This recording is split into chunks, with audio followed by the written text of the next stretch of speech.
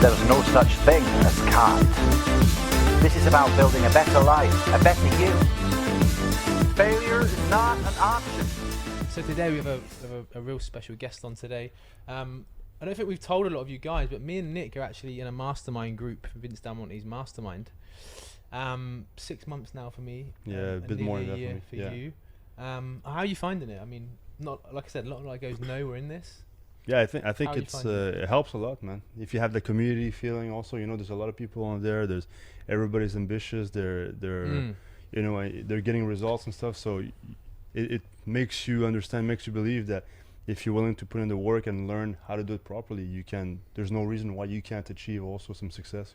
Yeah, because I think like you're like me. Like the last 10 years, we've been great coaches, Mhm. but no one knows you're a great coach if you're not putting yourself out there. Exactly. You're not getting maximum benefit, right? You're not Yeah. helping as many people as you possibly can if no one knows who you are. Yeah. Yeah, if you're just sitting in the corner just being a great coach, it doesn't do Yeah. any, So I think doesn't it's help part of your anyone, job. right? So Yeah. that's It's your why responsibility as a trainer if you want to help people to learn how to get out there to reach as many people as possible.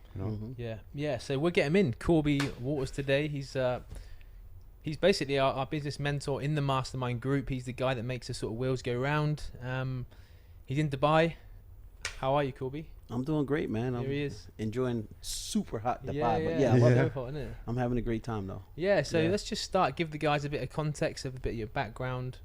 Because this is the first time we've had someone like Korby on, isn't it? Yeah. We obviously normally have athletes on, but today is going to be, you want to get a pen and paper ready for today. It's going to be some, he's going to Really dish useful out some information. fire today. Yeah. Well, I'm an athlete too. Yeah, but, of course. Yeah. But now these days I'm a business athlete. Right. So my game I play is financial, Yeah. but it's still a game. Has Yeah. a lot of, it has good characters and bad characters. But for everybody listening to the podcast, I'll make it more relatable to them. Sure. So whatever you're doing in your life, you got to learn how to market. So if you have a regular job, if you work for a corporate environment, you got to learn how to play their game. So you got to learn how to market. So when I was in corporate America, I had to learn how to market myself, because everybody listening to this podcast at least knows one person who you're absolutely sure you're better than, but they're way ahead of you in their career. Yeah. What are they doing better? They're getting their message out there. They're being nice to the right people, and they're marketing themselves in a way that you're not. So talent can win, but talent with good marketing always wins. That's what I've learned. What would you say, like, is that relationship, because there's the marketing, there's the branding, there's the sales, obviously they all go together, right? Is there one that you would say is a bit more important, or like what do most people need to focus on more? Well, if you're a small business, here's the biggest myth of all time. I need to build my brand. As a small business, there's no such thing as brand. So if you look around Dubai, you'll see Imad. I think I'm saying it right. Yeah, I yeah. think I'm saying it right. Yeah. But that's branding, because they have billions and billions and billions of dollars. But when you're a small business, it has to be about connection, because nobody knows who you are. Nobody cares Also about community. you. Yeah, you got to, because I have to literally reach out to you, Nick, and get you to see my message.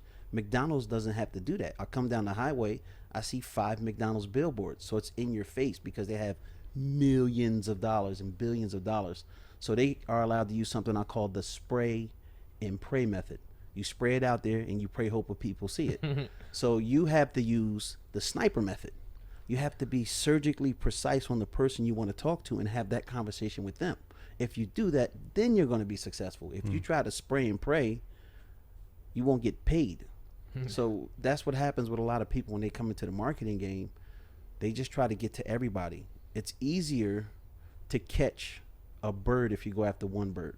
So when I learned how to hunt and duck hunt, they said you have to shoot at one duck. I'm like, but it's 1,000 ducks flying by. Yeah. So I'm thinking, I'm a genius. Let me just shoot up there. It's going to hit something. Get a shotgun. Yeah. Just shoot up there. Something's got to drop out the sky. In 4 days, nothing hit nothing. Oh yeah. So, but when I learned how to shoot at one duck, I'm convinced I missed the duck most of the time. But they're flying so close, I probably hit another one.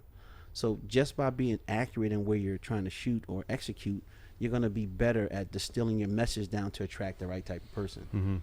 So when you market, and people on this, listening to this podcast, when you market at your job, there are only 3 or 4 people you have to build relationships with at your job to move your career ahead. So when I got to my last corporate job, I quickly figured out the director, who he was, and found out his level of influence, and then I made a concerted effort to be his friend. So every time he got promoted, I got promoted because somebody had to fill his old job. Yeah. But there were other people around me who were definitely more qualified, but my marketing was better. Yeah. Yes, it's a good thing. I was going to ask you personally, actually. Obviously, if you read what's his name, Russell Brunson's book, he says get your 100 people. Dream 100. But if you just get like 10 people, I mean, how do you weave in there and sort of be friendly without being too desperate? Do you know what I mean? Well, you always offer to help. So the first thing you want to do if you want to get into somebody's circle, offer to help them. Don't ask them for anything. Just offer to help. So one of the things I did when I came here, I'm like, clearly I know nobody. So I said, okay, reach out to the people I do know and say, let's meet up. And one of the ways I offer to help is, okay, we hang out. I give you marketing knowledge, give you some concentrated like impact that a normal person would pay a lot of money for, but I'm just here as a servant. So from a marketing point of view, you have to serve and give so people want to give back. So you put value into the marketplace, which is always that vague term. So when I think of value, I like to give people actionable things that they can use. Yeah. So as a trainer, it's the same thing with y'all. You have to give people actionable things because you can't say, hey, just eat the right blend of protein, carbs, and fats and you'll be getting great shape. Well, if they knew that, I would do it. But I don't know how to do that. So that's why I need your help. So you have to say that in a way where people are attracted to you, and you have to make it so that people want to work with you. So I always say it's the big three. Is it easy? So this is with the same thing with your career. Training. Is your career easy? What I mean by that is do you see a path to become successful? So is it easy and not super complicated? So I'll give you an example. Let's say you want me to deadlift. But before I deadlift, I got to do 10 burpees and then deadlift and then do 10 more burpees and then deadlift. That's too hard. Yeah. I'm not going to do that, right? Because it's too complicated, right? So then you look at, is this something I can do? So when next thing you do is say, what can I actually do? Then so if they can do it, then you're fine. And then the thing is, they got to believe it will work for them. So even in your job or your career, for the people listening, is that strategy you're thinking about at midnight, will it work? The first thing you got to do is you got to get the right connections. So in your case, it might be a dream 10, might be a dream 5, might be a dream 1. Yeah. Yeah. So for me, in my industry, I'm in the call center industry outside of here kind of thing. There's only like 192 people that I got to know. So I spend all my time marketing to just those 192. Because those 192 are responsible for 95% of all the money in the call center industry. When you say like marketing to them, what, you just generally reaching out to them and DMing them on LinkedIn or message, no, WhatsApp? They're not on any of those platforms because they're working. Right. They're all CEOs or industry So how do you leaders. get to them? How do you? Well, it's simple. You find out their weak point. So their weak point leverage is in mail, Right. because mail can't get filtered by spam filters and this and that. So you have to figure out a way to get your message in their hands. So one of the ways I used to do is something called lumpy mail. So rather than just have a regular letter, let's say I put one of these candy bars in the letter, so when they get it, it's lumpy. So Catch they their have attention. so they have an assistant. Different. So usually all of these people have assistants. Yeah. So let's say if you have an assistant and I send you something, what's going to happen? The assistant opens it. This is just marketing stuff. Throw it away. So I need to get it past the assistant. So if it's lumpy and he responds, I realize that got through. So then do that again. But if it doesn't get through, if I don't hear a response in the same time, I'll send another package that is similar. But here's the trick. If I'm sending it to a man, I'll spray female perfume inside the package. Yeah. So now when it gets there and she's about to open it, she'll smell the perfume and go, I probably shouldn't open this. And then he'll get the message. Right, that's naughty, isn't it? So that's an old one, but it's classic. So Oh, that's a good one. I don't know if I can use that with my audience, but that's pretty deadly. well, because you use internet-based marketing. Yeah. But you could do the same thing. And the way you do that is when you create content, everybody has seen something that we all call clickbait. Yeah. So they'll show you this incredible graphic and you watch the whole video and that clickbait's never in the video. Yeah. So the bait was designed to just get you to watch it. So in corporate America and marketing, you have to have the right bait to catch fish. So if I have a giant 6-inch hook, I'm never going to catch a flounder or striped bass or something like that. But I can catch a tuna, a mahi-mahi, a barracuda with that same hook. So you've got to have the right hook for the right fish. Yeah. If you're not doing that, you're just going to be out there fishing with no results, and that's what kills most people who market. And if you look at your clients, if you're trying to get in shape, it's thousands and thousands of books. I'm never going to pay you for general information. I'm not going to read 1,000 books. So I say, okay, I can save 3 years and countless heartache if I just hire Nick or Rob. And I'll be done in 5 or 6 months with the right result that I want. Or I could read 1,000 books and 1,000 theories. Everybody's contradicting each other. Or I can get fatter. And get fat. Yeah. Get my metabolism messed up. Do the yo-yo dieting. Got to keep 3 sets of clothes for when I'm in shape, not in shape, and then really not in shape.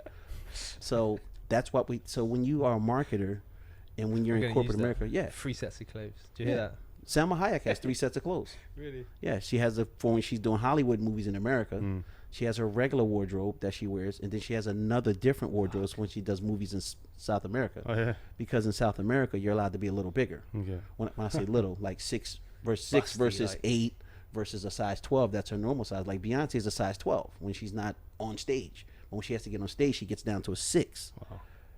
So in regular life, I just want to be one nice size. I want to be 25 pounds lower than I am now, for good. Yeah. So the only way I can do that is by instilling good habits. But if I keep reading books with bad information, guess what happens?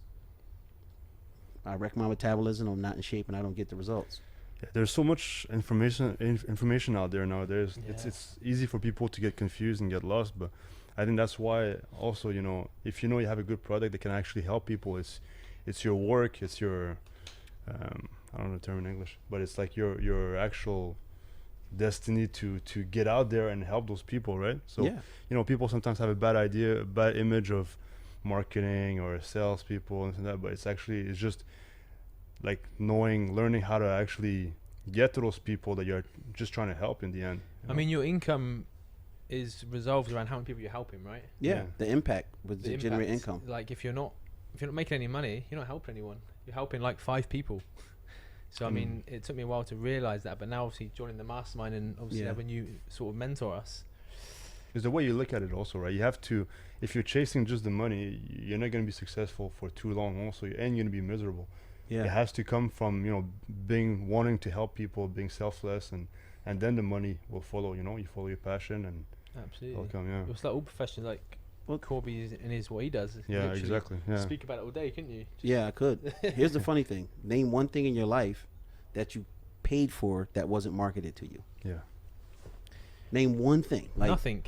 Everybody's probably listening to this on a phone, yeah, on their laptop. That was marketed to you at some level. The water that you drink was marketed to you. That shirt you have on was marketed to you. The products you swear by that you use on your face was marketed to you. Yeah. Now, this is the crazy part. Even the relationship you were in, I was about to say that. you got to keep marketing because she's gonna go. You stop marketing to her, she leaves. So you always have to be marketing. Yeah, well, it's good manipulation too. So like, I have kids, so my job is to manipulate them into believing that they can be great versus manipulating them into believing they could be a failure. So manipulation just means when you act in a way to help people get a result that they already are looking for. Yeah. So I manipulate my kids. I tell them that openly too. I say, I'm manipulating you. Yeah, but I want you to be great. Yeah, exactly. For your own good. You've been in sales for many years now. You've had 1989. 1989. So course, 3 years after I was born. Yeah. So you've had a lot of ups and downs, right? You that's an understatement. I think you said like by 24 you already had made $1 million. I did $1 million in commissions total. Yeah. And then I lost it all. You lost it all, and then came back and got back on the top of the mountain. Then I lost it all. And then I got there almost again around 40ish, and then I lost it all. And then finally, back on top. Now I'm starting to realize that there's logic to the struggle. I was just out there giving value. So here's where it comes back again. I never built the infrastructure. So now you have to build the financial. I'm getting older, so I have to build a financial infrastructure, and then put things in the right place so that when I decide I want to hang up my proverbial boots, I have something behind me that I can fall back on and live a decent life. Yeah. I always say I want to be uncomfortable until I'm ready to be comfortable. And when you're growing and you're in that growth phase, anytime you get comfortable, just realize you're not growing. You have to get comfortable being uncomfortable That's whether it's a job, a career. Same with training as well, Yeah. right? It is. I hate using the word grinding because grinding means you're withering away at what you have available. So I don't like the term grinding. So I like to look at it like a grindstone. So life is like a grindstone, right? It can polish you because you can buff something and polish it with that grindstone, but you could use that same grindstone to pulverize something too. Mm-hmm. So it can polish you or pulverize you, but it depends on how you position yourself, and that's the marketing part. So you have to market your way in a way that you're going to be able to connect with people and reach them, because if you can't reach them, you can't teach them. So you got to reach them so you can teach them, so you can transform them to something else. Mm-hmm. And it's the same thing in corporate America. Like if you can't reach the right people in your department, in your sector of the company, and develop relationships, you can't get promoted. Yeah. So going back to sort of, you said you went up and down. Is that because you didn't build maybe a team? I didn't build a team. A team. I didn't build a team I wasn't looking ahead. I was just too focused on serving clients, but not saying, okay, I need to manage the money. Thinking about your future. Yeah. Yeah. I mean, I'm 22, dude. Like, you think it's just going to be like this forever? And there was no sort of internet sort of like it is now. It was all like mail, like you were saying earlier. It was mail. Here's the funny thing. When I was a kid, let's say if Dubai was like it is now, but back in '92, there was no internet. People were There's just no fishing GPS on the beach, I think. So we had maps. Like you have a big map in your car. Yeah. Like, now imagine me doing 60 coming down the highway, and this is what we did. Yeah. And you got to read instructions. Now you clearly know I don't read Arabic, so I'm done. Like I have no way of getting here. That's 60 None. miles an hour, huh? Yeah. I have no way of getting here. Like I would have probably got here 3 or 4 hours later. Yeah. But here's the beauty of GPS. Let's just break it down real quick. GPS. So obviously that's a guidance, positioning, whatever system, satellite, right? But let's switch it over to goal setting. And this is for everybody that's listening. GPS says what? You got to have what? A clear goal of where you want to go, right? And then the P could be, let's say, make a clear plan of action, right? So that you can get to where you want to go. And then you build S. Make systems. So you got goals, you got plans, and you got systems. Yeah, that worked out good. Yeah, so you got goals, clear destination. You build plans to get you there, and then you build systems to help you achieve what you plan so you can have your goal. Yeah. And if you do that, and you pay attention to what's going on a day-to-day basis, guess what happens? You get there. Mm-hmm. And maybe not on the exact day you thought, but if you keep the plan rolling. Yeah. I mean, so what you're saying is, as soon as you can build a team, trust people to do things maybe that you don't want to do, Or things that are better than you. People are doing things better than what you do. Yeah. Would you do that? I mean, let's just take fitness for example. Would you do that as soon as possible, after like 6 months, a year? I mean, Well, as soon as you could afford it, I guess. no, that's always the wrong reason to do something. Okay. Here's the reason why. Okay, it's many things I can afford in my life right now, but do I need them? So the first thing you gotta say is, what is the one commodity you can't get more of? Time. Time. So when you run out of time, then you start leveraging your time through adding people. Mm-hmm. But you might be able to get the result. Let's say if you can make $4 million a year as a trainer, but you're on YouTube and ESPN and whatever, but you're still a trainer, but you're just doing it on TV. How much staff do you need? One, they got to make sure you keep you booked. That's it. But if you are in a small company scenario, you might need people to do accounting. You might need to help people do nutrition. You might need people to help you train because you only have so many hours. Mm-hmm. Unless you're training like LeBron and Tiger Woods and Michael Jordan and Wayne Gretzky and like that, then you only need 10 clients because they're going to pay you $700,000 a year. Like Puffy's training, I think he pays them like a couple hundred, 300,000, whatever it is a year. But he gets to travel around. Think about that benefit. I get to go everywhere in the world, Puffy, on the plane, free food, and then I get paid. Wow. So I always say you build systems to protect your time. That's very important. So what happened, like when you had your downs, like when you were 24 and you lost all your money? Was that basically you didn't want to delegate, you didn't want to hire other people, or I didn't know. You just started using that money a bit too much, or? But I think back then there wasn't so much mentorship like there is now. Like there's a business coach on every corner now, right?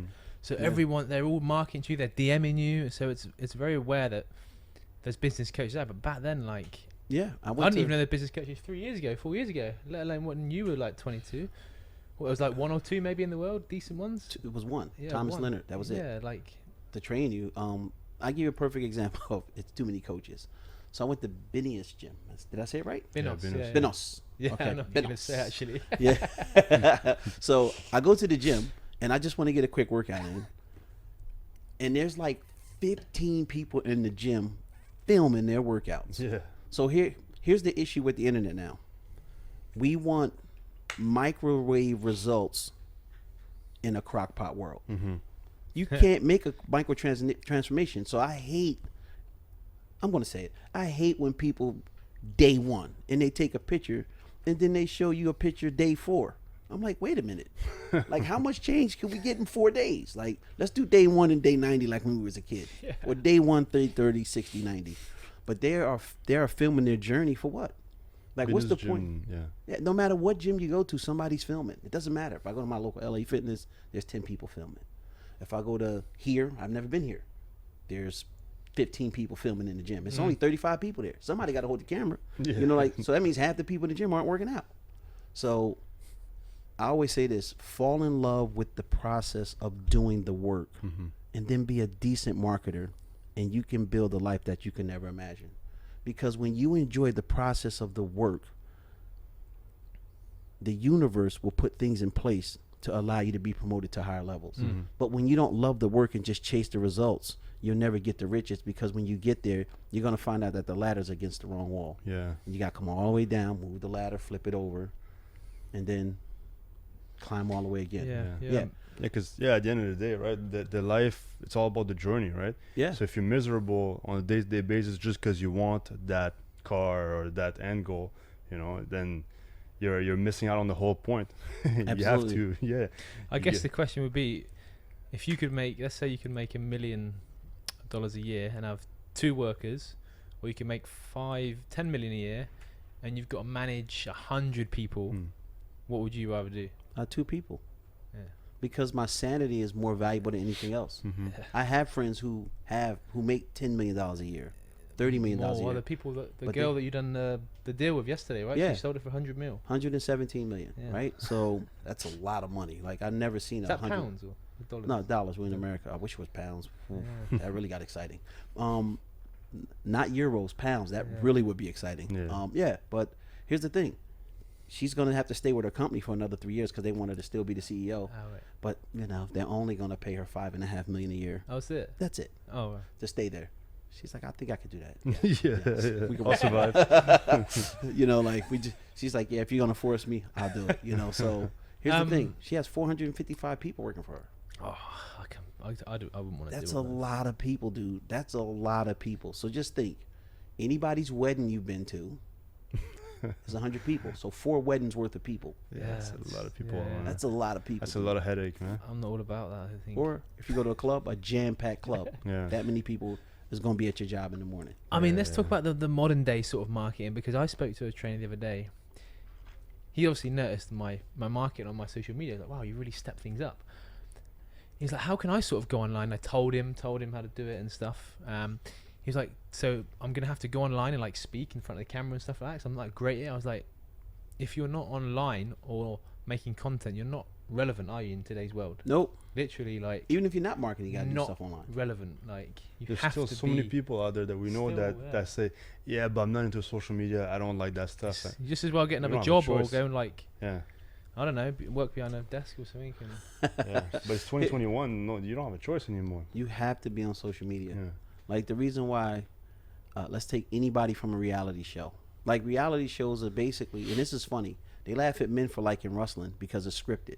But all of the reality shows on TV now are technically wrestling shows Yeah. because they're not all scripted. None of them are real. True. Yeah. So, if you take the Kardashians, for example, why are they so successful?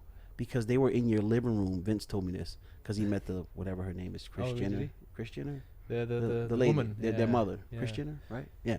So Something like Kris that. Jenner, he had met her at a mastermind, and she was speaking, and she was like, "The reason why we're so successful is because we've been in your living room every day for 17 years." Yeah.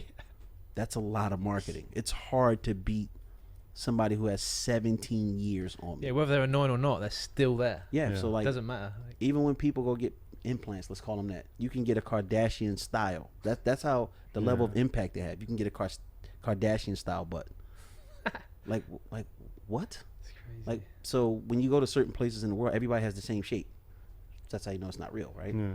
So that's what it takes from marketing 17 years ahead of you. So if you're not on the social media, you're not relevant.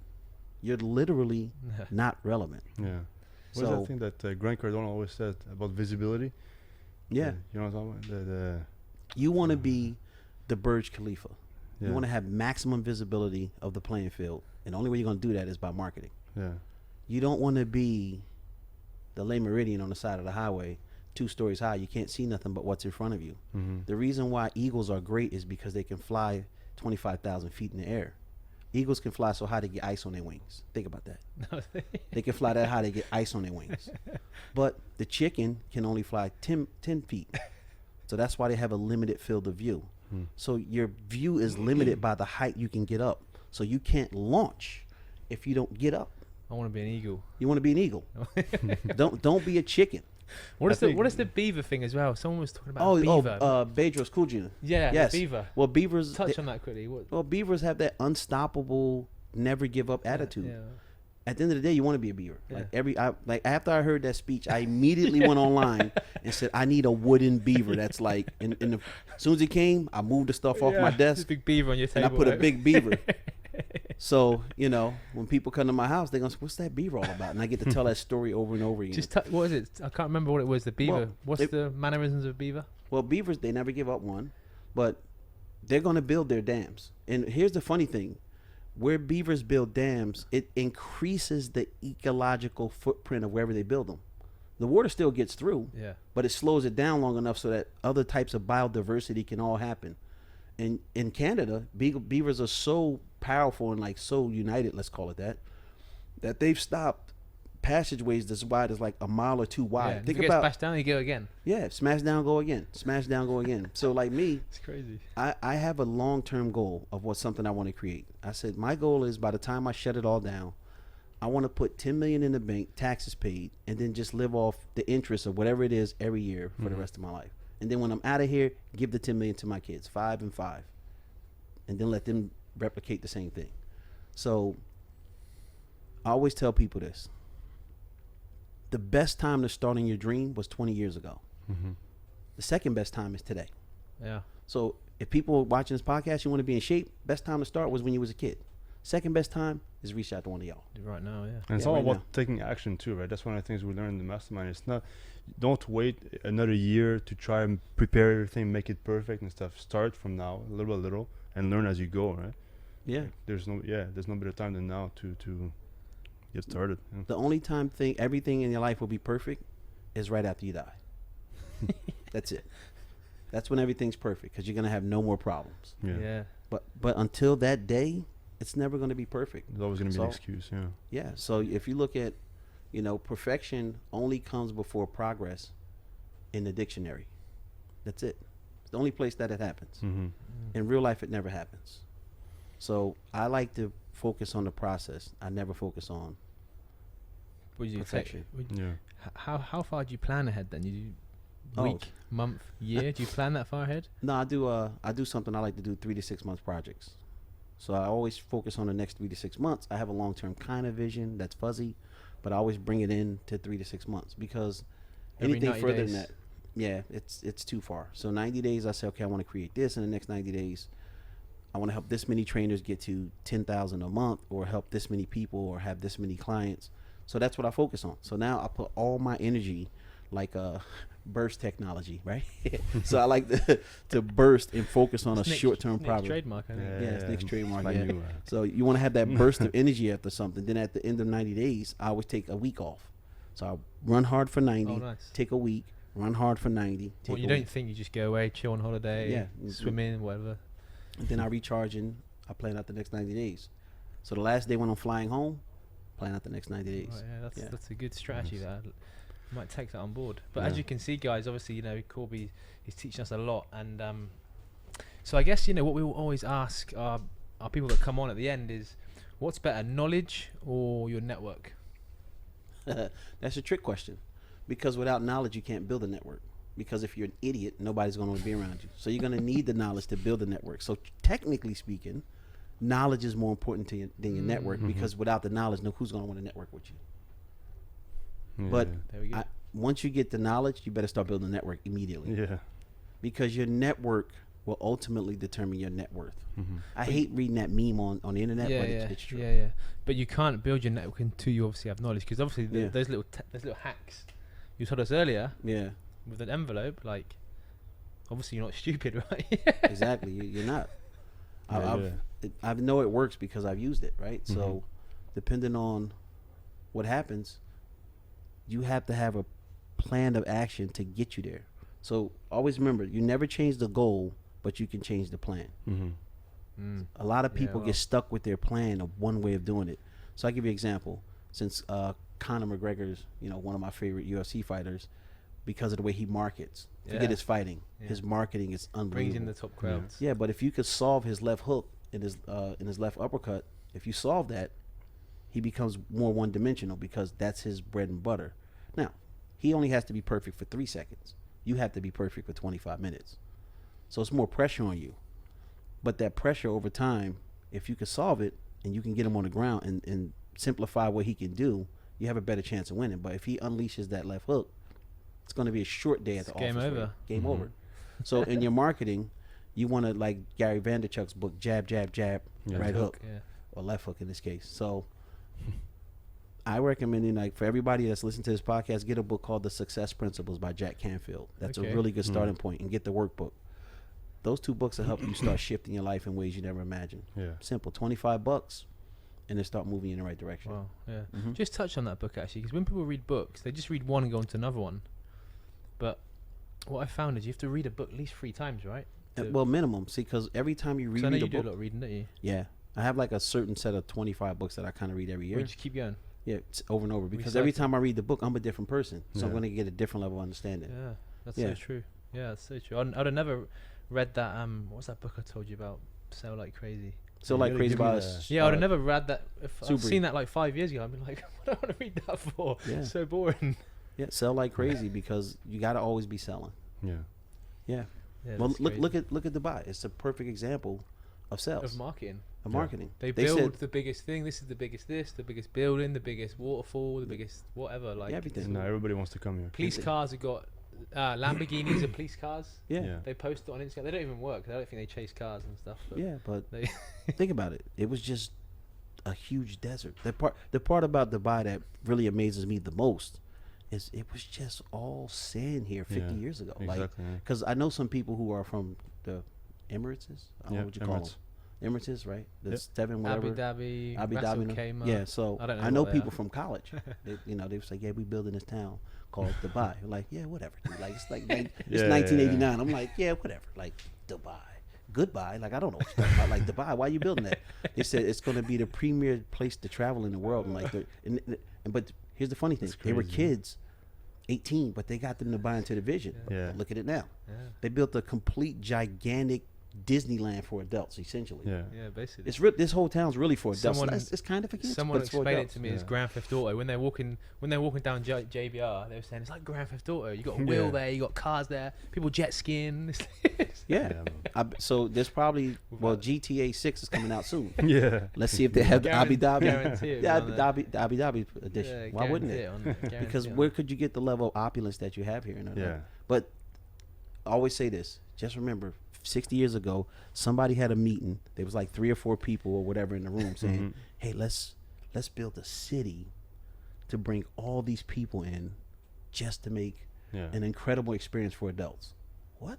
Like, I can imagine one. I'm like, what? That sounds stupid. We got all this oil right here. Why we do that? That Yeah. sounds crazy.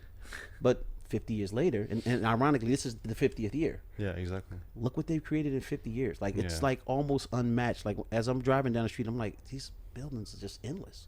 Like, who lives in all these buildings? Yeah.